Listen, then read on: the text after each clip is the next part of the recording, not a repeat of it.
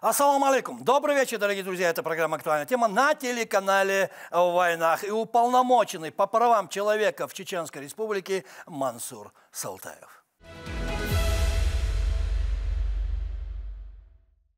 Маршаловец. Да, Маша. И сразу хочу перейти к разговору нашему. И мой первый вопрос. Давно хочу на него получить ответ. И хочу получить на него ответ именно от вас. Хочется выслушать ваше мнение. Вот как бы вы могли оценить ситуацию с правами человека в мире? Есть мнение, что система защиты прав человека вступила в мировой кризис, я бы сказал. И все благодаря США. Ваше мнение? Конечно. Еще какой кризис? Я набросал конкретно ответы по данным вопросам, я зачитаю.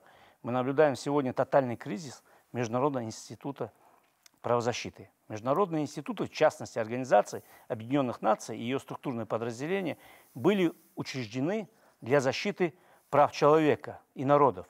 Они должны были стоять гарантией сохранения мира, стабильности и суверенитета государства. К сожалению, сегодня эти институты стали инструментом в руках сил, стремящихся установить новый порядок. Международная система правозащиты дискредитировала себя, она оказала в служении США и их сателлитов, и уже давно не обеспечивает верховенского права. Конечно, это оказывает серьезное негативное влияние на состояние прав человека в мире. Непосредственно в международных отношениях всегда приводит к ущемлению прав человека, а в некоторых случаях и грубейшему и массовому попиранию. Вот смотрите, на фоне вот этих всех сложных международных отношений и ведения экономических санкций против Российской Федерации, и вы знаете это лучше меня, все больше распространений получает нарушение Америкой прав российских граждан, против которых вводятся вот персональные санкции. Разве это не нарушение прав человека?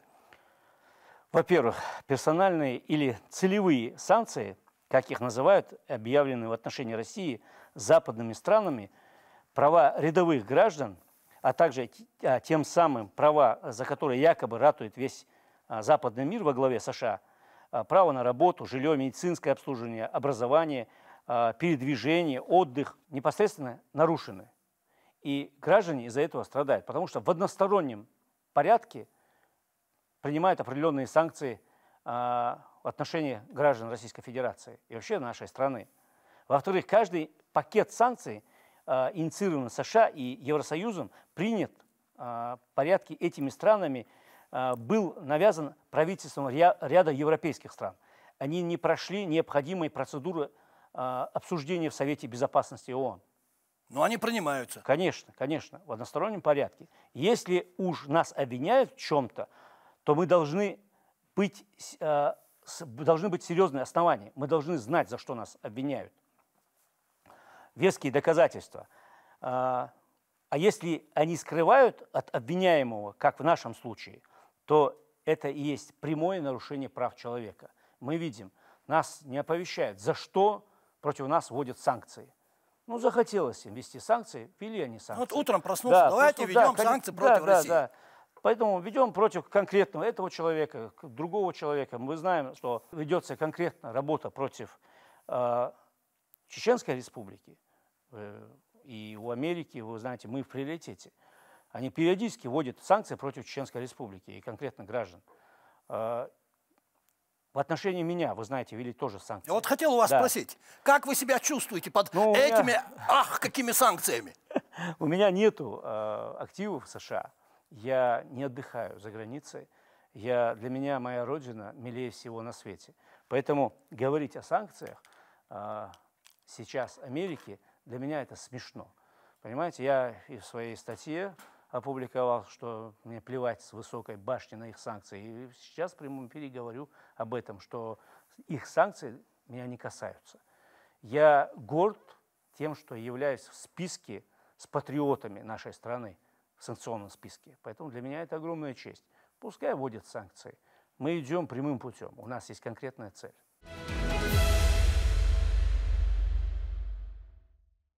У вас нет банковских счетов в Америке, на Западе. У вас нет домов, недвижимости. Но у вас есть санкции. Ну ничего. Смешно. Вам не кажется, что это этакая подобие деградации Америки, которая вводит вот эти санкции против детей даже. Уже против до чего детей, они дошли. да. Против детей вводят санкции. Да. К чему это, о чем это говорит сейчас, на сегодняшний день? Вы знаете, даже есть такой лагерь Артек. Даже против Артек ввели санкции. Против Детский стариков, лагерь? да, стариков вводят санкции. Против женщин, детей. Им разницы нету. С них нет спроса. Да пускай вводят какие угодно себе санкции. Для нас, для нашей страны это не проблема. Для меня, как гражданина Российской Федерации, для меня это тоже не проблема. Но весь мир это видит, весь Да, Запад конечно, это видит. конечно. Большинство этих санкций, они говорят о том, что нельзя въезд. Мировой институт правозащиты давно работает под Америку. Понимаете? Поэтому для них это разницы нету. Вот как Америка скажет, так и будет. Вот захотела Америка, захотела Америка, так и оно все. и пошло. Да, конечно. Вот Поэтому, сделали, пожалуйста. Правозащитой они только прикрываются, Лумаль. Прикрываются правозащитой. Но вы согласны тем, что США ведут охоту за российскими гражданами, как защищены сегодня права человека за рубежом? Вы знаете, я к этому хочу прийти. Конечно, вот вопрос конечно. актуальный на сегодняшний день? Конечно, актуален. Мы знаем, что они конкретно ведут работу по русофобии. Мы знаем на бытовом уровне то, что происходило сейчас на Западе, да, в США, на Западе. Конкретно хочется отметить те провокации, которые они делают в отношении российских граждан. Конечно, страна работает с этим, да, обращаются институты правозащитные, органы конкретные, которые отвечают за данный процесс, но обратной связи нету. Вот проблема в чем. Нас Это не сильно... слышат. Сейчас в мире хотят создать с граждан Российской Федерации такой стереотип врага с нашей страны и с граждан Российской Федерации. И ведется конкретная работа. Кто ведет? США ведет. Но почему некоторые, какие, скажем так, не будем называть имен, политики, экономисты, люди шоу-бизнеса и журналисты этого не понимают и не видят, что действительно против России идет целенаправленная война? Вы знаете, ведется конкретная работа на Западе, в США, на Западе, вообще практически в большинстве в мире ведется работа именно создавания общего врага, это Россия. Делают такой стереотип, создают в мире. И для этого вот и ведется эта работа. Поэтому эти люди, они понимают, если они начнут заступаться за Россию, говорить о России как субъекте, у которого нарушают права, любой, как те же деятели, которых вы озвучили, то в отношении них будут приниматься определенные меры. В любой стране, которая сейчас непосредственно против нас вводит санкции. Ну а почему эти санкции привлекают столько внимания? Можно ли относиться к ним нейтрально, как к одному из методов ведения международной борьбы, и именно, особенно, я бы даже подчеркнул, против России?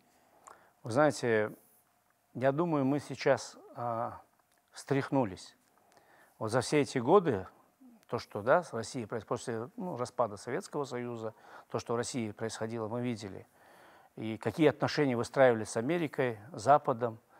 И сейчас все-таки же, я думаю, мы возьмемся за ум, вся страна практически, что нам все-таки же надо... Пришло время. Да, восстанавливать свою экономику. Мы не должны быть подвязаны под экономики мировых государств, которые непосредственно видят развал России. Я думаю, что все-таки же мы встанем сейчас на правильный путь. И этому есть уже конкретные ростки.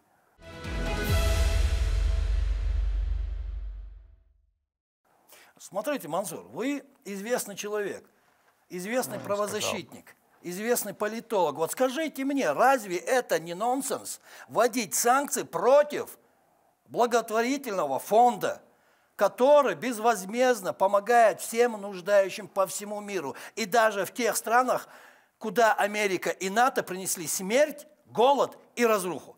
А региональный фонд имени первого президента Чеченской Республики, героя России Ахмата Хаджи Кадырова, несет воду, одежду, строит дома, возводит мечети и дарит надежду на мирное будущее в тех странах, где Америка и НАТО, я опять повторяюсь, принесли смерть. Разве это не нонсенс?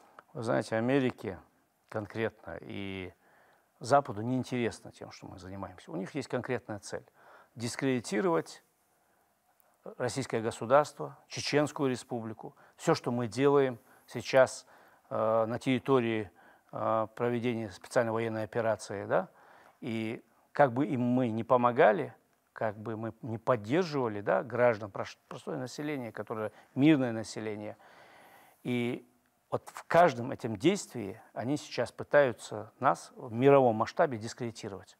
Понимаете? Но не получается. Ну, конечно, не получится. Конечно, не получится, потому что ведется конкретная информационная работа. Во-первых, мы показываем то добро, которое мы делаем.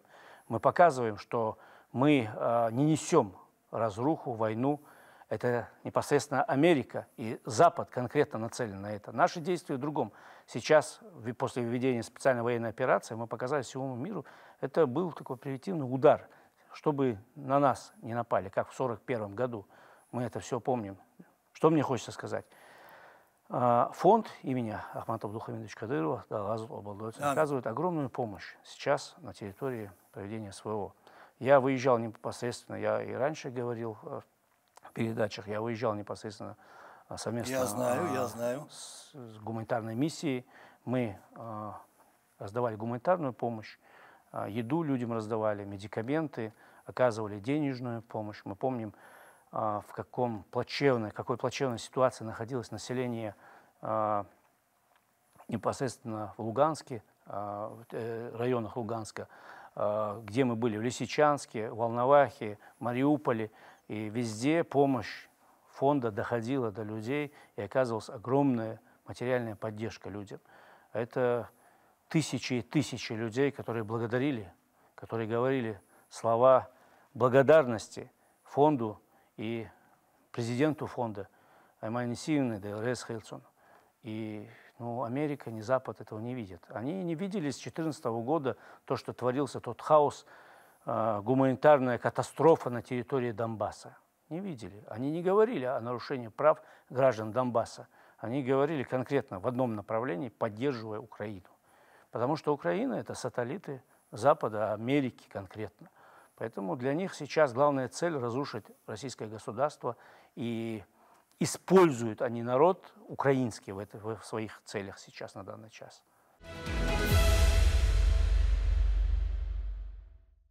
Поймите меня правильно, как бы это грубо не звучало, но действительно это шизофрения политиков Америки во главе с Байденом вводить санкции против детей, против детского лагеря «Артек», против благотворительного фонда, против правозащитников. Вот что мы можем сейчас тогда противопоставить всему этому? Американские политики, Ломаль, видят угрозу во всем. Бояться начали даже детей, я опять же говорю, стариков, непосредственно женщин. И даже элементарно против лагеря Артек ввели санкции. И это смешно, действительно. Это смешно, то, что они творят. Это конкретная работа в отношении нашего государства ведется. Что мы можем сопоставить? Мы от этого не страдаем. Наше государство только крепнет с каждым днем, с каждым пакетом их санкций. Я в этом уверен. Потому что, в первую очередь, самое дорогое богатство нашего государства – это люди. Мы знаем, что практически полмира мы на планете занимаем. И по территории Земли, ископаемых, недр. Если наш народ встанет, я уверяю вас, Ломай, что в ближайшее время мы восстановим свою экономику. И даже те санкции, которые уже введены, для нас не будут уже страшны. Мы это видим. И мы в этом уверены. Смотрите, Мансур, эксперты утверждают, что Америка и Запад в целом начали строить и развивать новую систему защиты прав человека и новое поколение прав человека. Можете разъяснить, что это? Ламаль, новое поколение прав человека, которое активно развивается на Западе, неприемлемо для нас.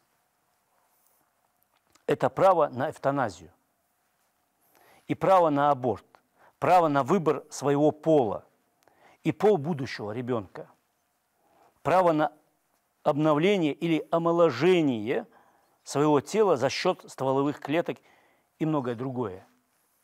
У нас абсолютно разные представления о правах человека и гуманитарных ценностях. Россия следует традиционным духовным нравственным ценностям, А Запад пытается нам навязать совершенно противоположные ценности, чуждую для нас культуру, причем в агрессивной форме. Это конкретная цель Запада.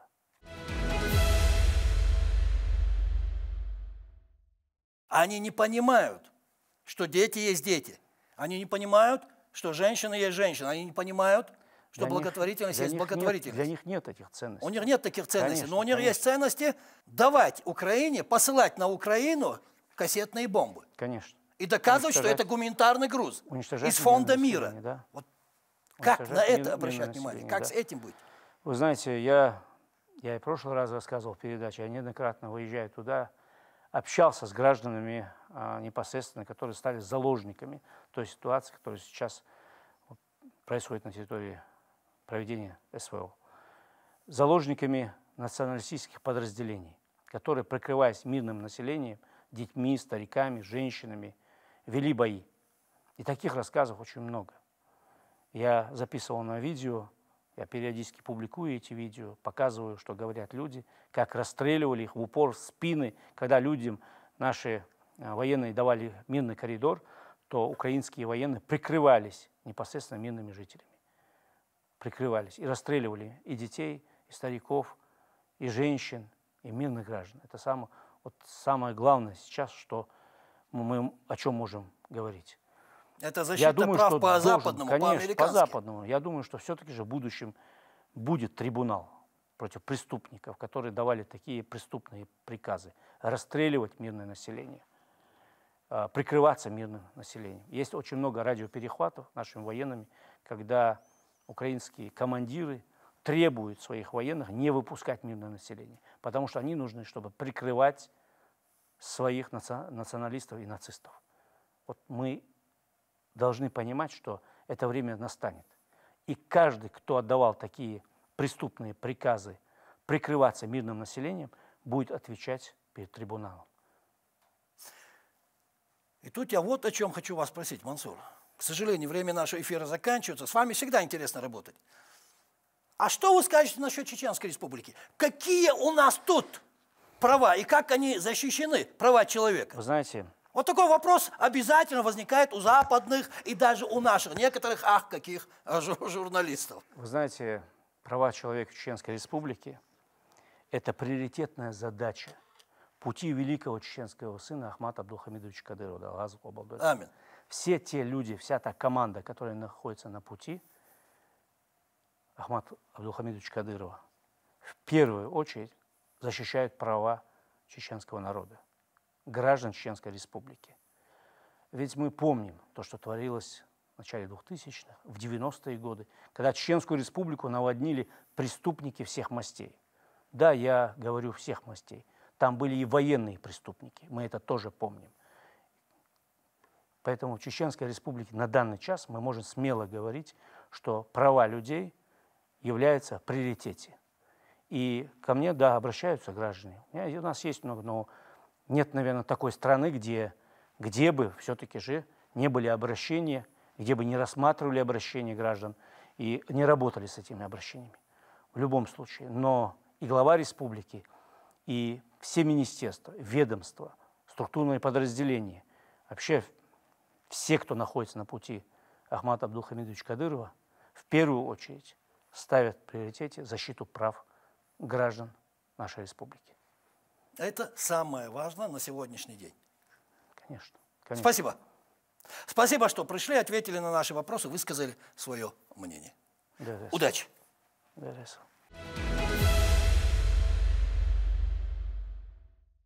Итак, дорогие друзья, вы сами все слышали. Это была программа «Актуальная тема» на телеканале «Войнах» и уполномоченный по правам человека в Чеченской Республике Мансур Салтаев. И напоследок, дорогие друзья, не болейте, будьте здоровы.